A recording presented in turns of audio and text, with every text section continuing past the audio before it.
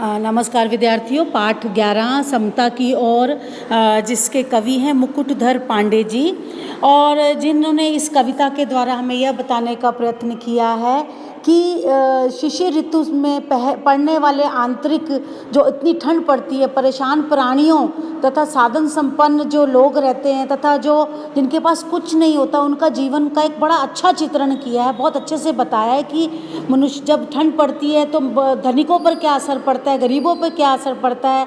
अंत में कवि ने यहाँ पर यह भी बताया है कि जो धनवान होते हैं, दोनों निर्धन दोनों भाई भाई हैं, इसलिए हमेशा धनी वर्ग के लोगों को अपने दीन मतलब जो गरीब लोग हैं उनकी भलाई के प्रति ध्यान रखना चाहिए। अभी ये जो यहाँ पर यहाँ पे एक तराजू बना हुआ है, उस तराजू के अंतर्गत यह बताया है कि किस प्रकार से दोनों धनी और गरीब जो लोग हैं दोनों में समानताएं होनी चाहिए। दो तराजू जिस प्रकार से दोनों बराबर दिखाई दे रहे हैं, उसी प्रकार से धनी और गरीब में कोई खाई नहीं होनी चाहिए, लेकिन फिर भी ऐसी खाई देखने को मिलती है। यहाँ पर कवि ने यही बोला है कि समाज में अमीरों को चाहिए कि गरीबों के प्रति हमेशा दया भाव रखें, और यह जो कहते हैं कि शिशिर ऋतु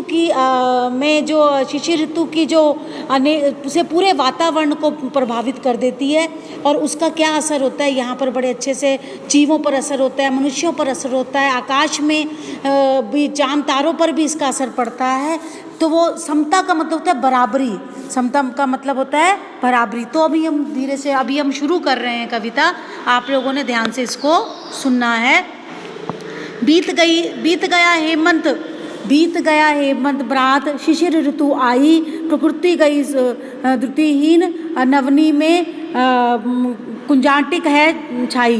तो मतलब यहाँ पे अर्थ भी बताए गए हैं, आपने अर्थ ध्यान से देखने हैं किस प्रकार से जो यहाँ पर बताया जा रहा है कि यहाँ पर जो एक ऋतु का बताया है कि किस प्रकार से जो हेमंत है वो नवंबर दिसंबर में आती है। भाद्र का मतलब भाई बताया है।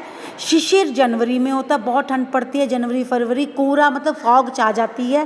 प्रकृति को जो नेचर भी बोल सकते हैं, और उसके द्युतिहीन का कांति रहित चमक के बिना हो जाती है। अवनी यानी पृथ्वी, और कुआटिका मतलब धुंधल का, और इस प्रकार से यहाँ पर अंधकार जो छा जाता है उसको बोलते हैं।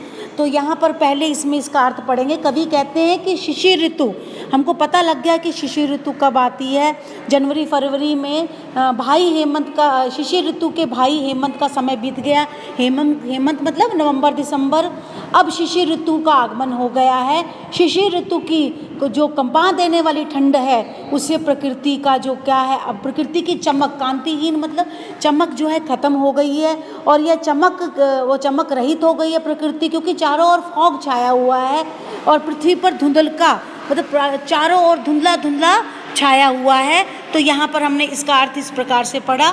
अगला जो है हमारा कि किस प्रकार से पड़ता खूब तुषार, पटबंदर ताल में बिलखाते, अन्यायी निरुप के द्वंद्वों से गया लोग ढूंढ बाते। तो यहाँ पर कह रहे हैं कि ठंड के कारण खूब बर्फ गिरती है, उससे तालाब में क्या होता है, खिले हुए फूल, कमल के फूलों को बहुत कष्ट होता है। मतलब तुषार पदम दल मतलब कमल दल यहाँ पे बताया। निरुप मतलब राजा, दंड मतलब सजा, गया जैसे, और बिलखते मतलब कष्ट।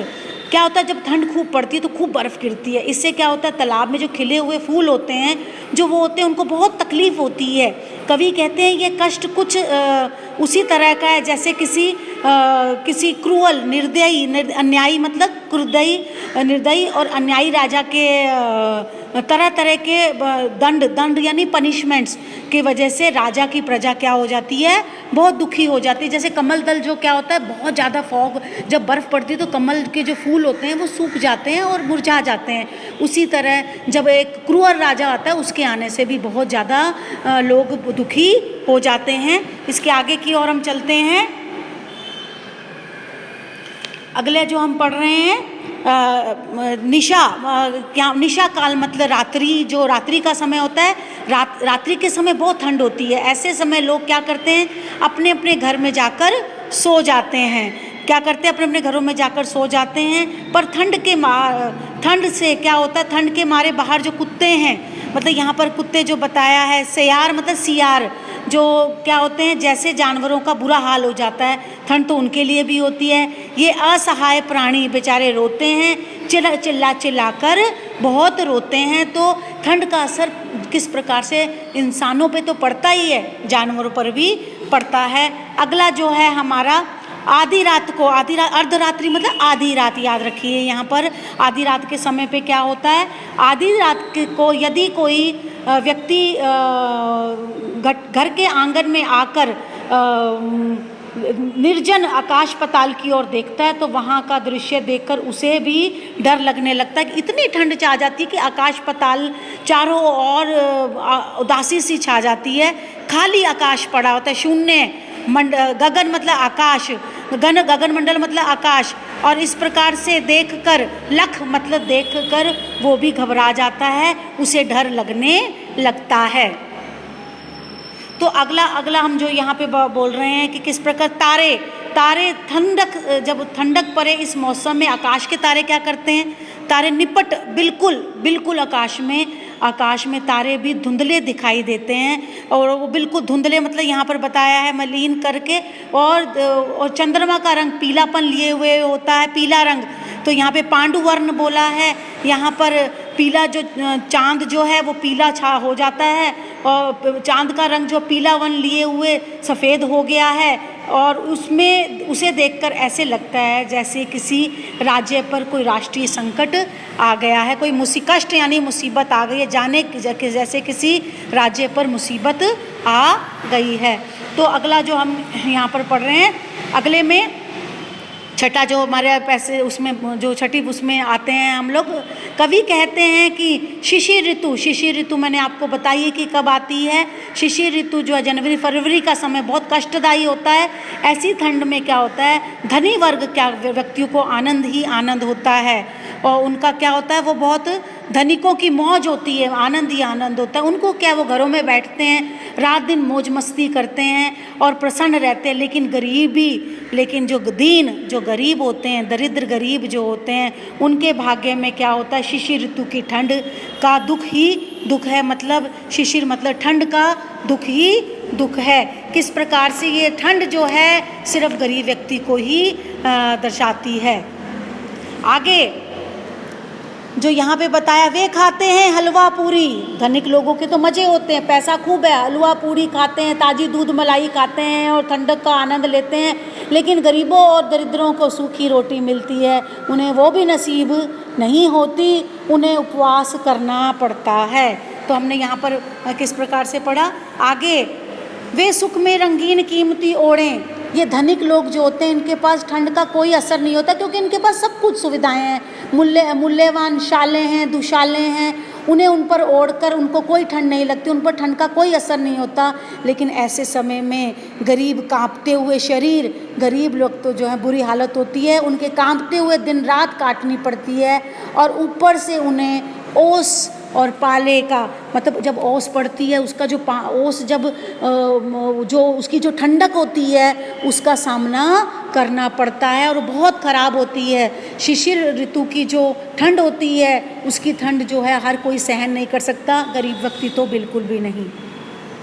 तो अभी यहाँ पर अगले में है, धनिक वर्ग वे हैं, वे दुख सुख साधन, मतलब धनिक वर्ग के पास सुख से तरह तरह के साधन होते हैं, वो सुंदर सुंदर घरों में रहते हैं। और दूसरी ओर गरीब और जो दरिद्र लोग जो होते हैं बेचारे, वो घर उनके टूटे फूटे घर रहते हैं, झुग्गी झोपड़ियों में रहते हैं, उनमें किसी तरह की कोई भी टूटे घरों में रहते हैं, कोई सुविधा नहीं होती और सदा उदासी का माहौल रहता है, क्योंकि ठंड में कैसे बचाएंगे अपने आप को। तो अब ये एक बड़ी उदासी की बात है। अब जो आगे है कि कवि कहते हैं कि पहले सब लोग प्रकृति पर निर्भर करते थे, किसी को पेट भरने वाला भूख पूर्ति के लिए कोई चिंता करने की ज़रूरत नहीं थी। पहले लोगों को ऐसा नहीं था, अमीर गरीब में कोई कमी नहीं थी, प्रकृति ने ही सारी आवश्यकताएं, प्रकृति से ही सारी बातें पूरी हो जाती थी। वह माता की तरह हमारा पालन पोषण किया करती थी। कहते कि पहले सभी लोगों को प्रकृति का पर निर्भर थे, तो कोई सब जानकारी जो प्रकृति सभी पर कृपा करती थी और सभी की अपनी ज़रूरतें भी पूरी हो जाती थी।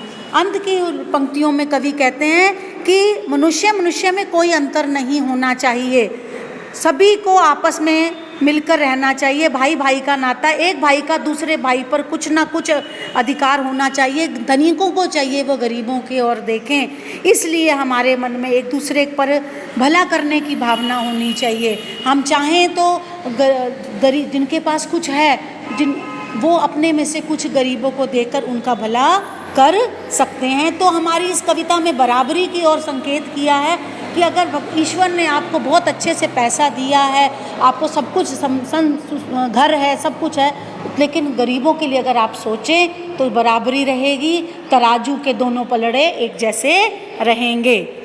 तो